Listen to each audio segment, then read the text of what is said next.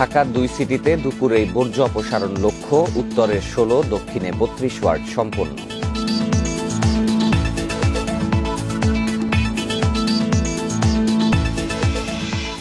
Syndicate করে কাঁচা চামড়ার দাম কম দেওয়ার অভিযোগ, মানতে নারাজ ব্যবসায়ীরা।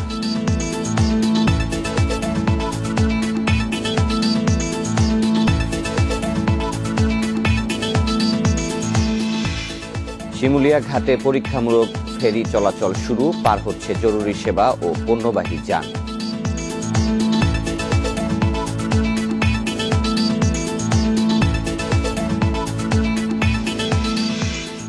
করোনায় বন্ধ বিনোদন কেন্দ্র, ভরা মৌসুমেও পর্যটক না থাকায় লোকসানে ব্যবসায়ীরা।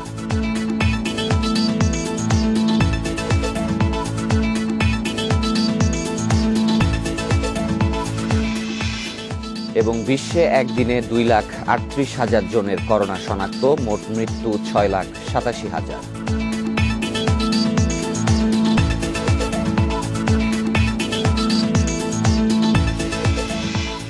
ইন্ডিপেন্ডেন্ট সংবাদে স্বাগত, সাথে আছি শাফাদ্দিন করিম। শুনছিলেন শিরোনাম, এবারে পুরো খবর। ঢাকা উত্তরের 16টি এবং দক্ষিণের 32 ওয়ার্ড কোরবানির বর্জ্য শতভাগ পরিষ্কার হয়েছে। রোববার দুপুরের মধ্যে পুরো ঢাকা থেকে বর্জ্য অপসারণের লক্ষ্য 2 সিটি কর্পোরেশনের। এ লক্ষ্যে কাজ করছে 18,500 পরিচ্ছন্নতা কর্মী। কোরবানির বর্জ্য অপসারণ সিটি কর্পোরেশনের জন্য সবচেয়ে বড় চ্যালেঞ্জ। এজন্য সব কর্মকর্তা কর্মচারীর ছুটি বাতিল করা হয়েছে। দম ফেলার সময় নেই বর্জ্য ও পরিবহন বিভাগের। দুপুরে রাজধানীর ভাটারায় পশুরহাটে আনুষ্ঠানিকভাবে বর্জ্য অপসারণের কাজ শুরু করেন উত্তরের মেয়র আতিকুল ইসলাম। একই সময় কাজ শুরু হয় দক্ষিণেও। মাননীয় মেয়র সাহেব আমাদের ব্যাগ দিয়েছে, ওই ব্যাগের ভিতরে করে আমরা বর্জ্যটা এক জায়গায় নির্দিষ্ট ফেলছি। ওটা আমরা আমাদের সিটি কর্পোরেশন গাড়ি এসে নিয়ে যাচ্ছে। তাড়াতাড়ি করলে এই জিনিসটা কোনো ছড়াবে না, গন্ধ আসবে না। উনি করতেছে, আমরা উনাকে আরো রিকোয়েস্ট আমরা করতেছি ঢাকা শহরে ভালোভাবে পরিষ্কার করে রাখেন।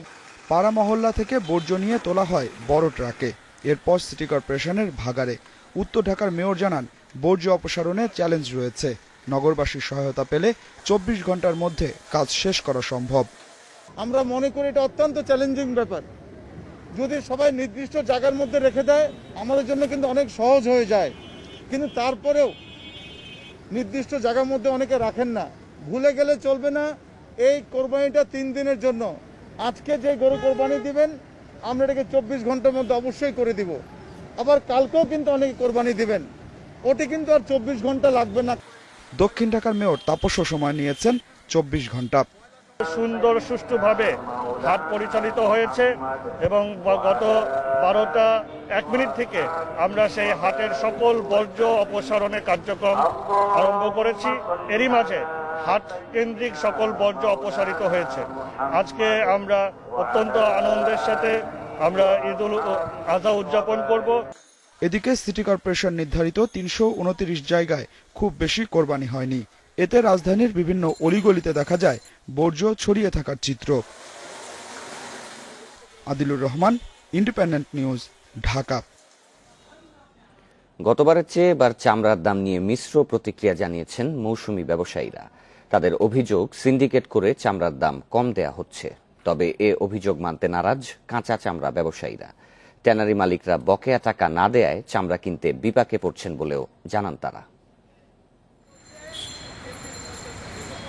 করোনায় সার্বিক পরিস্থিতি বিবেচনায় 22 থেকে 29 ভাগ কমিয়ে এবার কাঁচা চামড়ার দাম নির্ধারণ করেছে সরকার। ঢাকায় গরুর চামড়াও প্রতি বর্গফুট 35 থেকে 40 এবং খাসির চামড়া 13 থেকে 15 টাকা। মৌসুমী ব্যবসায়ীরা জানান, এবারের ঈদে চামড়ার দাম ন্যায্য মূল্যের চেয়ে কম। প্রতি বছর সিন্ডিকেট করে চামড়ার দাম কম দেওয়া হয় বলে অভিযোগ তাদের। যখন বিকেল 5টা বাজে যাব তখন তারা একটা সিন্ডিকেট করবে। চামড়া নিয়ে আসলে তখন যে ন্যায্য যে মূল্যটা, সে মূল্যটা পাওয়া যায় না। চামড়াটা রেট দেওয়া যায় 100 টাকা, দিলে দাও, না দিলে বাদ। এবছর গতবার থেকে কিছুটা আংশিক ভালো আছে, এটা সত্য। কারণ গতবার তো একবারের দাম ছিল না, এখন কিছুটা এবছর কিছুটা দাম পাচ্ছে।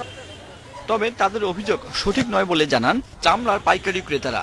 তাদের দাবি, চামড়া প্রতি এবার 200 থেকে 250 টাকা বেশি দেওয়া হচ্ছে। তুলনামূলক গতবার থেকে কিছুটা বেশি আছে। গতবার যেটা হয়তো আপনার 500 করে কেনা হয়েছে সেটা এবার হয়তো 600, 650, 700। এখন মৌসুমী ব্যবসায়ীরা কি বলতেছে সেটা তো আমাদের জানার বিষয় না, আমরা বেশি দামে কিনতেছি। কাঁচা চামড়া ব্যবসায়ীরা জানান এবার চামড়া সরবরাহ কম। পাড়া মহল্লা থেকে মৌসুমী ব্যবসায়ীরা সঠিক দামে চামড়া কিনতে না পারায় ক্ষতিগ্রস্ত হন বলেও জানান ব্যবসায়ী নেতারা। 3-4টা ট্যানারি শতভাগ টাকা পরিশোধ করেছে, বাকি সমস্ত ট্যানারি 5%, 10%, 15% ম্যাক্সিমাম টাকা দিয়েছে, এর বাইরে কোনো টাকা আসেনি। যদি এটা সঠিক হিসাব করি 100 কোটি টাকার উপরেই হবে। এখানে আমার মনে হয় না, সর্বোপরি 10% টাকা, 10% টাকাও আসছে। এবার পাড়া মহল্লায় মৌসুমী ব্যবসায়ীদের আনাগোনাও কম। গত ঈদে 31 বছরের মধ্যে চামড়ার দাম সবচেয়ে কম ছিল, এবারে কিছুটা বেশি, যদিও এই দামকে ন্যায্য বলতে রাজি নন মৌসুমী ব্যবসায়ীরা। Sajjad Hossain, independent news, Dhaka. রাজধানীতে বসেছে ভাসমান মাংসের বাজার।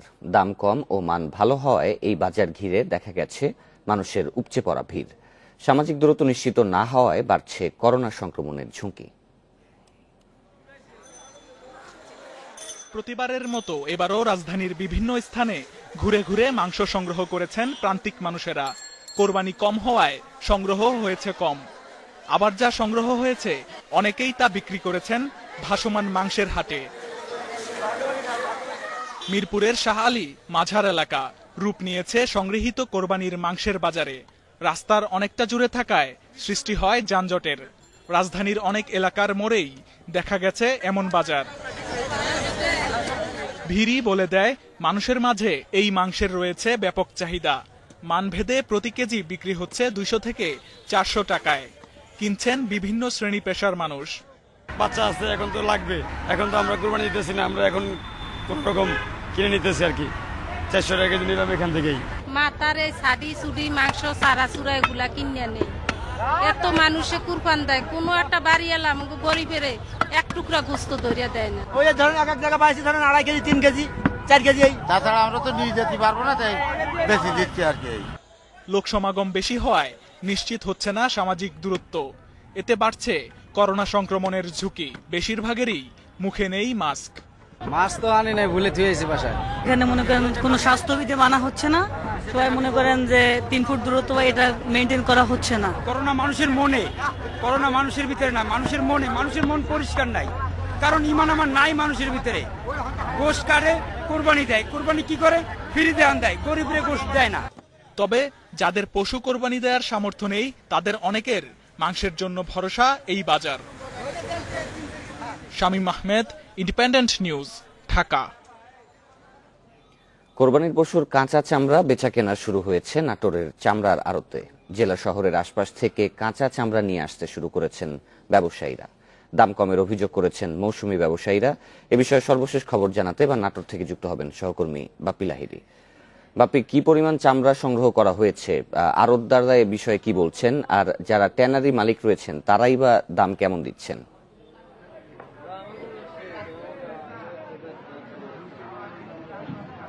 আমাদের যে গতকালকে যে ঈদ উদযাপন হয়েছে, এই ঈদ উদযাপনের পরে যে কোরবানির চামড়াগুলো, সেই নাটোর জেলা ভিত্তিক যে কোরবানির চামড়াগুলো, সেই চামড়াগুলো ইতিমধ্যে গত রাত্রে আমাদের নাটোরের এই আড়তে কিছুটা এসে পড়েছে।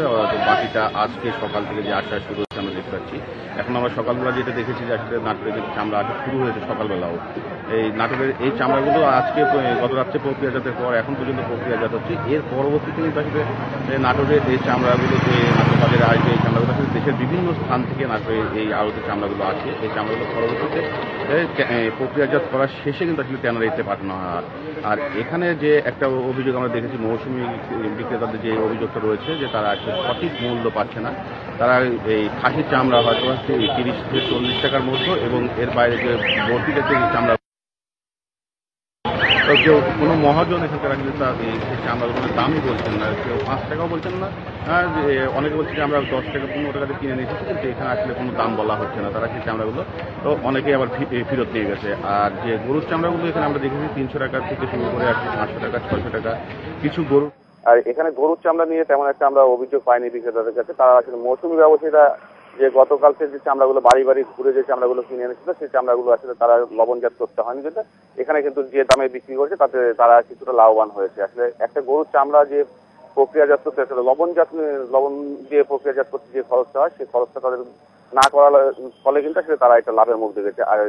আর এই চামড়াগুলো কিন্তু আসলে প্রথম দিন বা দ্বিতীয় দিনের মধ্যে যদি লবণজাত করা না যায় তাহলে সেই চামড়াগুলো নষ্ট হয়ে যাওয়ার একটা সম্ভাবনা থাকে, যার কারণে এখানে কিন্তু আসলে গত রাত্রে সন্ধ্যার পর থেকে যে চামড়াগুলো সেই চামড়াগুলো এখানকার যে শ্রমিক আছে আড়তদারেরা আছে সেই আড়তদারেরা এখানে এখন পর্যন্ত আসলে চামড়া প্রক্রিয়াজাত করে রেখেছে এবং এখনো কাজ চলছে।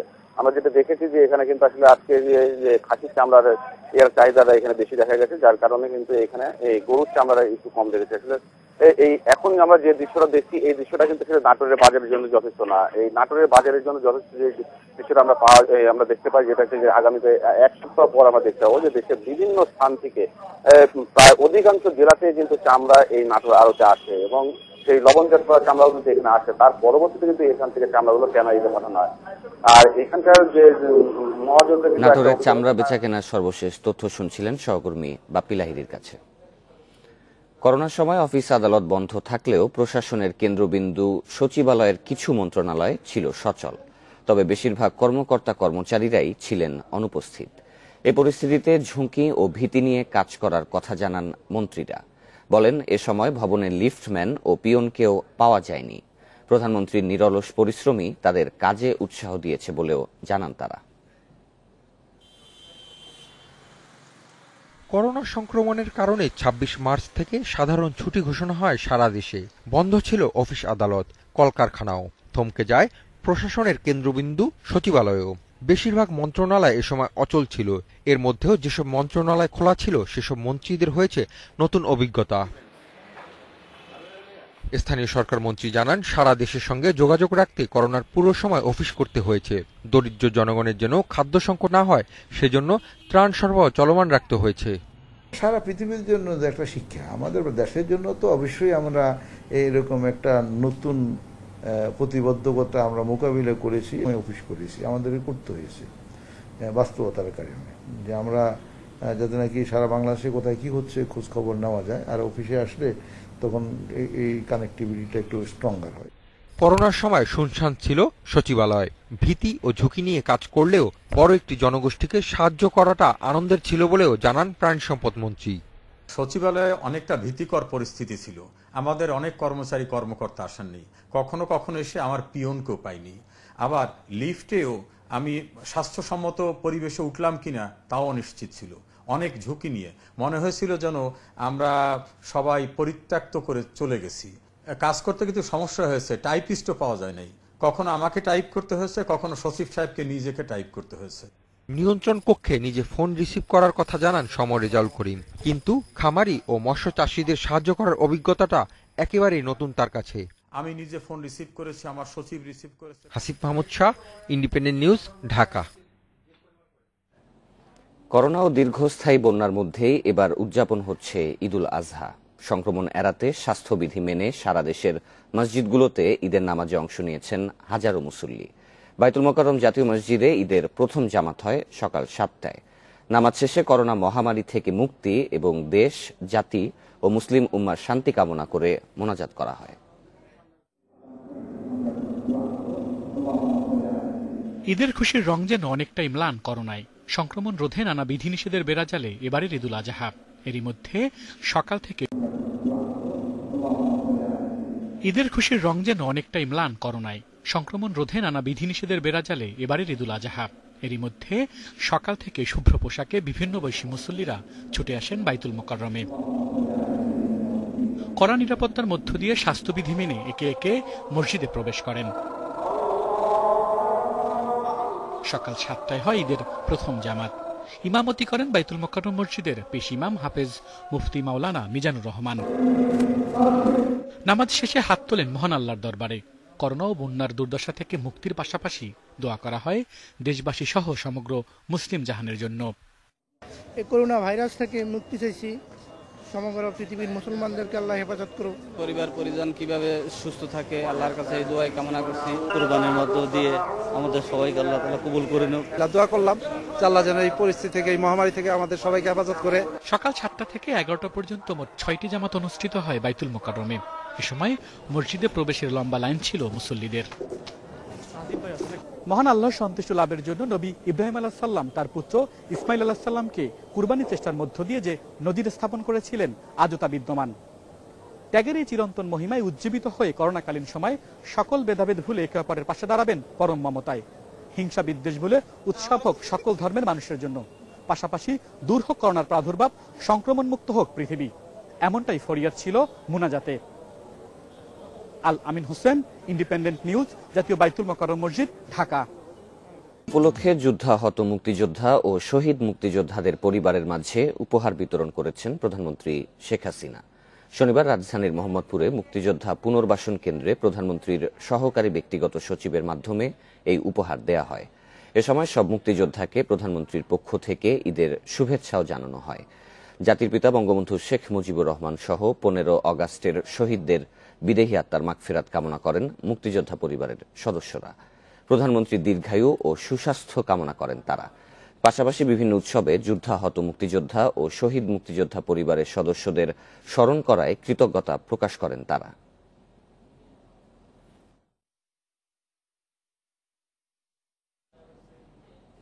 শোকের মাস আগস্ট শুরু হয়েছে শনিবার। তবে ঈদের কারণে আজ থেকে মাসব্যাপী নানা কর্মসূচি পালন শুরু করবে আওয়ামী লীগ।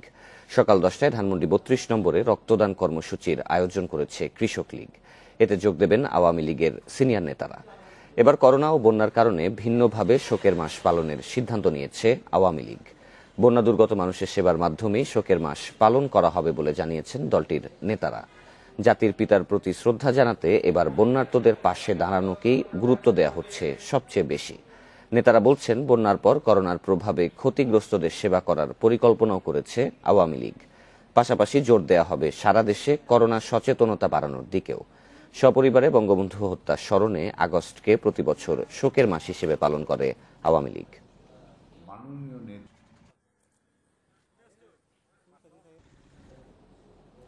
পদ্মার ভাঙনের কারণে 22 ঘণ্টা বন্ধ থাকার পর শিমুলিয়া কাঁঠালবাড়ি রুটে পরীক্ষামূলক শুরু হয়েছে ফেরি চলাচল। শনিবার বিকেলে নৌপরিবহন প্রতিমন্ত্রী খালিদ মাহমুদ চৌধুরীর নির্দেশে জরুরি সেবা ও পণ্যবাহী যান পারাপার শুরু হয়। এদিকে ভাঙনে কবলিত পদ্মা সেতুর কুমারভোগ কনস্ট্রাকশন ইয়ার্ড থেকে সরিয়ে নেওয়া হচ্ছে মালামাল ও যন্ত্রপাতি। পদ্মার তীব্র স্রোতে শুক্রবার দুপুরে মুন্সিগঞ্জের শিমুলিয়া ঘাট এলাকায় শুরু হয় ভাঙন। ঝুঁকি বিবেচনায় রাত 8টা থেকে বন্ধ করে দেওয়া হয় ফেরি চলাচল। ঈদের আগের রাতে হঠাৎ এই সিদ্ধান্তে দুর্ভোগে পড়েন ঘাটে থাকা কয়েকশো যাত্রী। যাত্রীদের পরামর্শ দেওয়া হয় বিকল্প হিসেবে দৌলদিয়া পাটুরিয়া রুট ব্যবহারের। তারপরও শনিবার সকাল থেকে ঘাটে জড়ো হন অনেকেই। লঞ্চ ও স্পিড বোটে নদী পার হয়েছেন তারা। সকাল থেকে এই পর্যন্ত আমরা না খাওয়া, এত রোদের মধ্যে আমাদের আজকে পবিত্র ঈদের দিন, বাবা মার সাথে ঈদ করব, সে কোনো ব্যবস্থা নেই। 4 দিন ছুটি, 2 দিন ঘাটেই বই আছি, বাড়ির যাবো কেমনে, মা বাবার সাথে ঈদ করবো কেমনে। শনিবার বিকালে ঘাট পরিদর্শনে যান নৌ পরিবহন প্রতিমন্ত্রী খালিদ মাহমুদ চৌধুরী। পরীক্ষামূলকভাবে একটি ফেরি চালুর নির্দেশ দেন তিনি। ভাঙনের মাত্রা দেখে নেওয়া হবে পরবর্তী সিদ্ধান্ত। এগুলো আছে, এটা পরীক্ষামূলক চালু করবে, যদি সাস্টেইন করে তাহলে সেটা যাত্রীদের জন্য পরিবহন চালু হবে। এটা তো একটা টেকনিক্যাল জব, এগুলো দেখে গেলেন, এগুলো টেকনিক্যাল পার্সনের সঙ্গে আলোচনা করে তারপরে পরবর্তী মেজার কি নেওয়া যায় সেই ব্যাপারে পদক্ষেপ নেওয়া হবে। এদিকে শুক্রবার নদীতে বিলীন হয় পদ্মা সেতুর কুমারভোগ কনস্ট্রাকশন ইয়ার্ডের কয়েকশো ফুট জায়গা। বেশ কিছু মালামালও ডুবে যায়। গুরুত্বপূর্ণ মালামাল সরিয়ে নেওয়ার পাশাপাশি ভাঙন ঠেকাতে এরই মধ্যে শুরু হয়েছে জিও ব্যাগ ফেলা। Independent news desk. বন্যা দুর্গতদের পাশে দাঁড়াতে দলের নেতাকর্মীদের আহ্বান জানিয়েছেন বিএনপি চেয়ারপারসন খালেদা জিয়া। শনিবার সন্ধ্যায় চেয়ারপারসনের গুলশানের বাসায় স্থায়ী কমিটির নেতাদের সঙ্গে ঈদের শুভেচ্ছা বিনিময়কালে এই আহ্বান জানান তিনি। খালেদার গুলশানের বাসা ফিরোজায় প্রায় 2.5 ঘণ্টা বৈঠক অনুষ্ঠিত হয়। এ সময় বিভিন্ন বিষয়ে কথা বলেন বিএনপি নেতারা। দেশে করোনা ও বন্যা পরিস্থিতিতে সরকারের পদক্ষেপের সমালোচনা করেন তারা। পরে বিএনপি মহাসচিব মির্জা ফখরুল ইসলাম আলমগীর জানান, খালেদা জিয়ার শারীরিক অবস্থা ভালো নেই।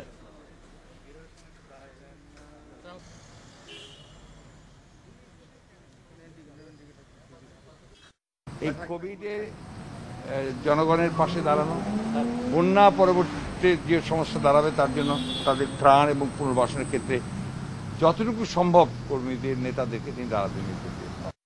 নীলফামারীতে বেশিরভাগ নিম্নাঞ্চল থেকে পানি নেমে গেছে, তবে ভাঙন কবলিতদের দুর্ভোগ বাড়ছে। বন্যা পরিস্থিতি নিয়ে আরো জানাতে বা নীলফামারী থেকে যুক্ত হবেন সহকর্মী জসিমউদ্দিন। জসিম, বন্যার্তদের দুর্ভোগ কেমন দেখছেন, আর প্রশাসন কি কোনো ধরনের উদ্যোগ বা সহায়তা নিয়েছে? প্রথমেই একটি বিষয় আপনাকে জানিয়ে রাখি যে নীলফামারীর যে তিস্তা নদী রয়েছে, সেই তিস্তা নদী এখন আমি সর্বশেষ যে খবরটি নিয়েছি যে 6 সেন্টিমিটার বিপদসীমার নিচ দিয়ে প্রবাহিত হচ্ছে। এছাড়াও নীলফামারীর যে 25টি নদ নদী এবং 40টি যে খাল রয়েছে প্রায় 6.5 কিলোমিটারের, সেই 650 কিলোমিটারের যে বিষয়টি রয়েছে সবগুলোতেই পানি রয়েছে। পানি বন্যার যে পরিস্থিতি সেটা অপরিবর্তিতই রয়েছে, আর জলাবদ্ধতার সৃষ্টি হয়েছে বিভিন্ন অঞ্চলে। আমি যে জায়গাটিও দাঁড়িয়ে আছি এটি একটি বাঁধের উপরে, সৈয়দপুর শহর রক্ষা বাঁধ, সেখানে আমি দাঁড়িয়ে রয়েছি। সেখানেও গত পরশুদিন রাতে যে একটি খড়খড়িয়া নদীর যে বাঁধটি যেটা ভেঙে গিয়েছিল সেটি গতকাল রাতে প্রশাসনের পক্ষ থেকে, বিশেষ করে পানি উন্নয়ন বোর্ডের পক্ষ থেকে সেখানে এই যে রেগুলেটর দিয়ে পানি শহরে প্রবেশ করেছিল সেটিতে গেট বসানো হয়েছে। ফলে যে আবারও একটা জলাবদ্ধতার সৃষ্টি হয়েছে, যে পানিগুলো শহরের ভিতরে ঢুকে গেছে, যে 100টি পরিবার এই পানি বন্দী হয়ে পড়েছিল সে পানি আর নামছে না। আপনি যে বিষয়টি জানতে চেয়েছেন যে সরকারের পক্ষ থেকে যে পানিবন্দী যে মানুষগুলো এবং যে তিস্তার চরাঞ্চলের এবং আশেপাশের যে নিম্নাঞ্চলের যে মানুষগুলো পানিবন্দী রয়েছে তাদের সাহায্য সহযোগিতার বিষয়টি জেলা প্রশাসনের পক্ষ থেকে খাদ্য, শুকনো খাবার বিতরণ করেছে এবং ঈদের যে আনন্দ যেন তাদের নিরানন্দ না হয় সেজন্য যতটুকু পরিমাণ সহযোগিতার প্রয়োজন সে সহযোগিতা করেছেন জেলা প্রশাসনের পক্ষ থেকে, আমাকে জানিয়েছেন জেলা প্রশাসক। আর একটি বিষয়ে যে পানি যে জলাবদ্ধতা, সেই জলাবদ্ধতাটা নেমে যাবে এটিও বলেছেন পানি উন্নয়ন বোর্ড, কারণ এখানে আর ভারী বর্ষণ হচ্ছে না এবং আগামী যে 7-8 দিনের সামনে এই ধরনের কোনো পানি বর্ষণের কোনো সম্ভাবনা নেই বলেও আমাকে জানিয়েছেন। নীলফামারীর বন্যা পরিস্থিতির খবর জানাচ্ছিলেন সহকর্মী জসিমউদ্দিন। সিলেটের জাফলংয়ের তামাবিল এলাকায় বন বিভাগের ভূমি দখল করে পাথর ও কয়লার ডাম্পিং ইয়ার্ড গড়ার চেষ্টা করছে স্থানীয় একটি চক্র। বন বিভাগের অভিযোগ এতে জড়িত 1947 সালে ভারত থেকে আসা মুজাহিদরা। তবে মুজাহিদদের দাবি নিজেদের ভূমি ফিরে পাওয়ার চেষ্টা করছেন তারা।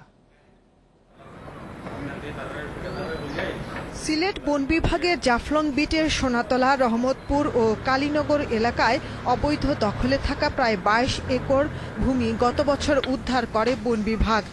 সেখানে গাছের চারা লাগিয়ে বনায়ন করা হয়। সম্প্রতি ওই ভূমির মালিকানা দাবি করেন 1947 সালে ভারত থেকে আসা মুহাজিররা। বন বিভাগের গাছের চারা নষ্ট করে সেখানে পাথর ও কয়লার ডাম্পিং ইয়ার্ড গড়ে তোলার চেষ্টা করছেন তারা। টুনাটিলা প্লাস রহমতপুর, যেটা ব্যবসার জন্য তারা যে পাথর ডাম্পিং বা কাঁসার মেশিন যারা আছে, এই ধরনের কাঁসার মেশিন বসিয়ে চালানোর জন্য এই ধরনের জবরদখল আছে। বাকি কিছু কিছু মৌজাতে কিছু কিছু জায়গায় আছে, কিছু বাড়িঘর আছে পাবলিকে, মানে বসতি। এমনকি সোনাটিলায় বন বিভাগের জায়গায় বসবাসকারী 9 মুক্তিযোদ্ধা পরিবারকেও উচ্ছেদ চেষ্টার অভিযোগ আছে মুহাজিরদের বিরুদ্ধে। আমরা আজকে 40 বছর ধরে যদি এই জায়গায় থাকি, তারপরে তারার জায়গাটা হইলো কই থেকে? আমরা ছেলে মেয়েরা মাদক দিয়া কি দিয়ে আমরা হুমকি দেয়, বর্ষ দিয়া হুমকি দেয়। ঘরের দরজার মধ্যে 50 জন 60 জন মানুষ দাঁড়াইয়ে থাকে, দাঁড়াইয়ে থেকে কয় যে আমরা তোমরা চাঁদা দেও। মুহাজির অন্তত স্বদেশ আইয়া এরা জায়গা দখল করবো, সাইনবোর্ড টাইনবোর্ড লইয়ে এসে। তবে অভিযোগ অস্বীকার করেছেন মুহাজির নেতারা। তাদের দাবি সরকারের কাছ থেকে পাওয়া জমি দখল করেছে বন বিভাগ। ফরেস্টের সাথে হাত করে তারা হইলো ফরেস্টের সুবিধাভোগী, উপকারভোগী। তারা ফরেস্টের সুবিধা লুট করে খাইতেছে, লক্ষ লক্ষ টাকা তারা তুলতেছে, তারা থেকে এতে বেনিফিটে তারা হইতেছে। স্থানীয় প্রশাসন বলছে কাগজপত্র যাচাই বাছাই ও আদালতের নির্দেশ মেনে সমস্যা সমাধানের চেষ্টা চলছে। যেহেতু ভূমির বিষয় আমরা আসলে রেকর্ড দেখে কাজ করি, যেহেতু এটির দখলে এখন বন বিভাগ আছে, আমি কাগজপত্র খতিয়ে দেখবো যে আসলে বন বিভাগের সেখানে দখলের ভিত্তি কি এবং মুহাজিরদের যেই দাবিটি আছে সেটির সপক্ষে যদি কোনো কাগজপত্র থাকে সেটিও আমরা খতিয়ে দেখব। প্রায় 3000 একর ভূমির মালিকানা নিয়ে বন বিভাগ ও স্থানীয় মুহাজিরদের মধ্যে মামলা চলছে উচ্চ আদালতে। Independent news desk.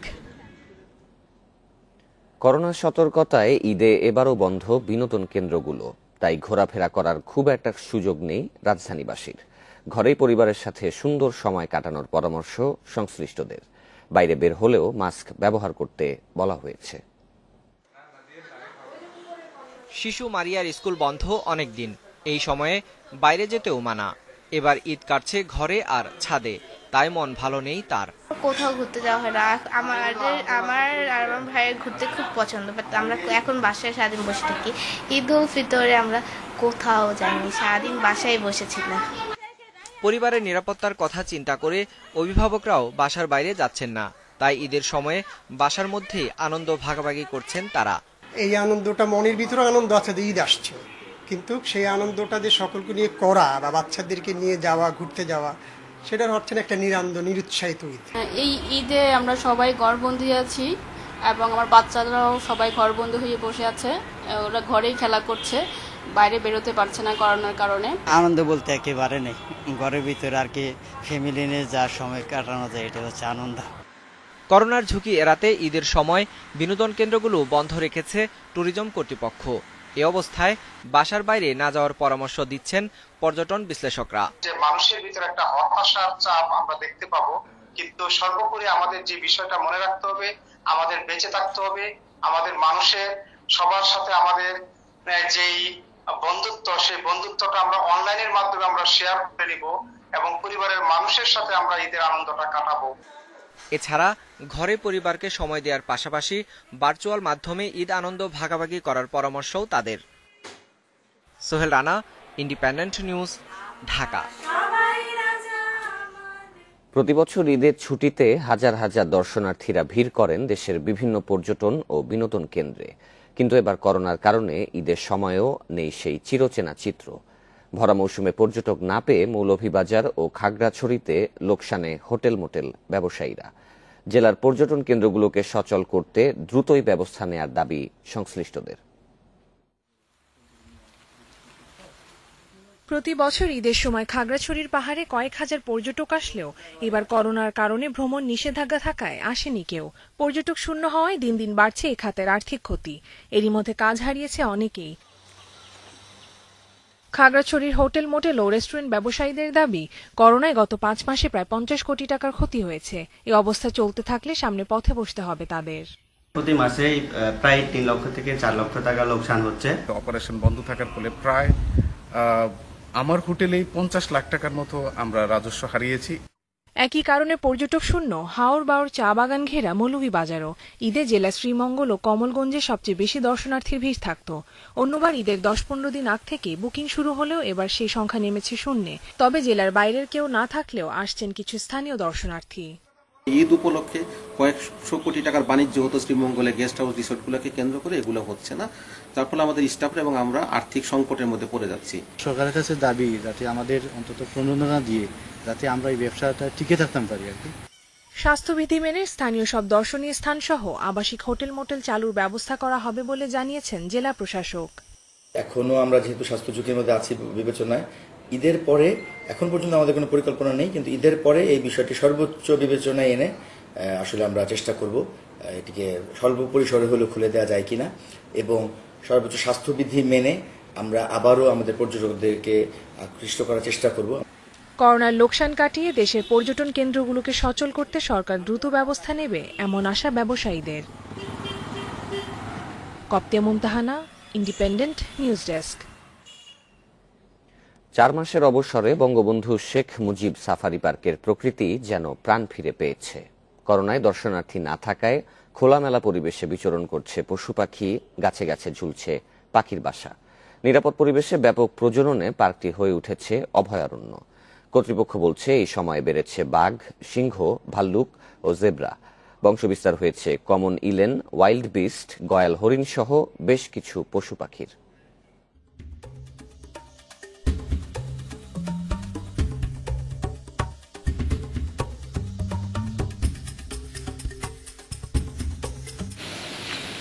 অরণ্য ঘেরা বুনো পথে মানুষের আনাগোনা নেই, চারিদিকে শুধু পশু পাখির ডাকাডাকি। আফ্রিকার ঘন জঙ্গলের জেব্রা গাজীপুরের ভাওয়াল জঙ্গলকে আপন করে নিয়েছে। 2 মাস আগে পরিবারে এসেছে নতুন সদস্য, তাকে নিয়ে সংখ্যা দাঁড়ালো 18-তে। 2 বছর আগে জন্ম নেয়া সাদা অ্যালবিনো বাঘ শাবকটি বেশ চঞ্চল হয়ে উঠেছে। সুন্দরবনের রাজা বেঙ্গল টাইগারও গর্জনে মাতিয়ে রাখছে সাফারি পার্ক। 2013 সালে আফ্রিকা থেকে আনা হয় 6টি বাঘ। 7 বছরে জন্ম নিয়েছে আরও 7টি। এই যে আমাদের মিনিং ক্লোজার দেখতে তো আমরা আরো বাঘের সিংহর অনেকগুলো বাচ্চা আশাবাদী, আমরা অনেক ইয়ে করার সাকসেস হওয়ার। একটু এগিয়ে গেলেই আফ্রিকান সিংহের বাড়ি। সময়টা দুপুর, তাই জিরিয়ে নিচ্ছে সিংহের দল। সাফারি পার্কে এ পর্যন্ত 11টি সিংহ শাবকের জন্ম হয়েছে, সংখ্যা এখন 16টি। এশিয়ার বিলুপ্তপ্রায় কালো ভাল্লুক নিজ ডেরায় রয়েছে বেশ স্বাচ্ছন্দ্যে। 6 মাস আগে 2টি বাচ্চা জন্ম দিলেও বাঁচানো গেছে একটিকে। সাফারি পার্কে এখন ভাল্লুক আছে 12টি। 2টা বাচ্চা থেকে একটা বাচ্চাকে নিয়ে গেল, ছিনিয়ে নিয়ে গেল। তাৎক্ষণিকভাবে আমরা জানতে পেরে উদ্ধার করতে আমি সহ আমার সহপাঠীদেরকে নিয়ে উদ্ধারে যাই, কিন্তু উদ্ধার করতে গিয়ে দেখা গেল কি ওই ভল্লুকের বাচ্চাটিকে অপর ভল্লুকটি সাথে সাথে খেয়ে ফেললো। তখন আমরা ওইটাকে উদ্ধার করাতে গিয়ে আমি নিজে সহ আহত হই। পার্কের দিনরাত্রি সবটাই এখন প্রাণ প্রকৃতির দখলে। নির্জনতার সংসার পেতেছে পানকৌড়ি, ডাহুক ও বকের দল। তাদের ঘরেও এসেছে নতুন অতিথি।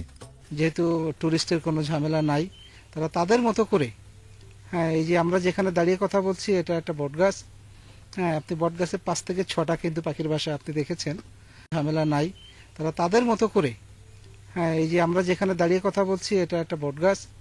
হ্যাঁ, আপনি বটগাছের 5 থেকে 6টা কিন্তু পাখির বাসা আপনি দেখেছেন, এবং এর আশেপাশে আপনি যতগুলো গাছ দেখতে পাচ্ছেন প্রত্যেকটা গাছে কিন্তু আসলে ওয়াটার বার্ডস, হ্যাঁ, পানি রিলেটেড যে পাখিগুলো, আমরা যদি স্পেসিফিক বলি ইগ্রেট, 2-3 রকমের ইগ্রেট আছে এখানে, লিটল কর্মোরেন্ট, দেন হলো পন্ড হেরন, 3-4 রকমের। এখানে চাইনিজ পন্ড হেরন আপনি দেখতে পাবেন। বন্যপ্রাণীর খাবার যোগান দিতে শতাধিক প্রজাতির বিলুপ্ত ও বিপন্ন জাতের ফলদ 20,000 গাছ লাগানো হয়েছে। বর্ষায় সেগুলো তর করে বেড়ে উঠছে। মাত্র 7 বছরেই বঙ্গবন্ধু সাফারি পার্কে 4,000 পশু পাখির মিলন মেলা হয়েছে। Shahriar Anirban, independent news, Dhaka. দ্বিতীয় ঈদ ত্যাগের মহিমায় উজ্জীবিত হয়ে কোরবানি করেছেন ক্রীড়াঙ্গনের তারকারা। তবে আহ্বান জানিয়েছেন স্বাস্থ্যবিধি মেনে চলার। পাশাপাশি এই কঠিন সময়ে সবাইকে নিরাপদে থাকার অনুরোধ করছেন তারা। ঈদের শুভেচ্ছা জানানোর সাথে ঘরে থাকার বার্তা দিয়েছেন মাশরাফি, সাকিব, মুশফিকরা। প্রার্থনা দ্রুত করোনাকে পরাস্ত করে সারা বিশ্বে ফিরবে খেলাধুলা। নিজ এলাকার নড়াইলে এবার ঈদ উদযাপন করেছেন সাবেক টাইগার ক্যাপ্টেন ও নড়াইল 2 আসনের সংসদ সদস্য মাশরাফি বিন মুর্তজা। নড়াইল সদর উপজেলা জামে মসজিদে ঈদের নামাজ পড়েছেন তিনি। ভক্ত সমর্থক সবাইকে ঈদের শুভেচ্ছার পাশাপাশি যতটুকু সম্ভব ঘরে থাকার আহ্বান জানিয়েছেন ম্যাশ। সবাইকে ঈদের শুভেচ্ছা অবশ্যই। আর একটা বৈশ্বিক মহামারী চলছে, সবাই সাবধানে থাকবেন, ঘরে থাকার চেষ্টা করবেন যতটুকু সম্ভব। আর যারা আক্রান্ত আছে আল্লাহর কাছে দোয়া করি যেন দ্রুত সুস্থ হয়ে ওঠেন। ঈদে এক ভিন্ন বার্তা দিয়েছেন টাইগার অলরাউন্ডার সাকিব আল হাসান। আহ্বান জানিয়েছেন দরিদ্র অসহায় মানুষদের পাশে দাঁড়িয়ে ঈদের আনন্দ তাদের মাঝেও ছড়িয়ে দিতে। আপাতত দেশের বাইরে রয়েছেন, সেখান থেকে জানিয়েছেন ঈদের শুভেচ্ছা। সবার কোরবানি ও ভালো কাজ কবুল হোক সেই আশা ব্যক্ত করেই ফেসবুকে পোস্ট করেছেন মুশফিকুর রহিম। শুভেচ্ছা জানানোর তালিকায় আছেন মাহমুদুল্লাহ রিয়াদ, সাইফুদ্দিন, সাব্বির রহমান। ভক্ত সমর্থকদের ঈদের শুভেচ্ছার পাশাপাশি মনে করিয়ে দিয়েছেন এই ঈদে ঘরে থাকাটাও জরুরি। ভিডিও বার্তা দিয়েছেন নারী ক্রিকেটার জাহানার আলম। ঈদ মোবারক। আশা করছি এই ঈদটিও আপনারা পরিবারের সঙ্গে খুব আনন্দের সঙ্গে উপভোগ করছেন। ভালো থাকবেন, সুস্থ থাকবেন, নিরাপদ থাকবেন। ঈদ মোবারক। দেশের বাইরের ক্রীড়া তারকাদের কাছ থেকেও এসেছে ঈদের শুভেচ্ছা। জার্মানির বিশ্বকাপ জয়ী ফুটবলার মেসুত ওজিল, ভারতীয় ক্রিকেটার রোহিত শর্মা, বিরাট কোহলি সহ আরো অনেকেই জানিয়েছেন ঈদের শুভেচ্ছা। লা লিগা কর্তৃপক্ষের কাছ থেকেও এসেছে ঈদের শুভেচ্ছা ঘন বার্তা। Farzana Yasmin, independent news. এই ছিল সংবাদে। ইন্ডিপেন্ডেন্ট টেলিভিশনের সব খবর আরো বিস্তারিত জানতে চোখ রাখুন ফেসবুক, ইউটিউব এবং টুইটারে। ধন্যবাদ সবাইকে।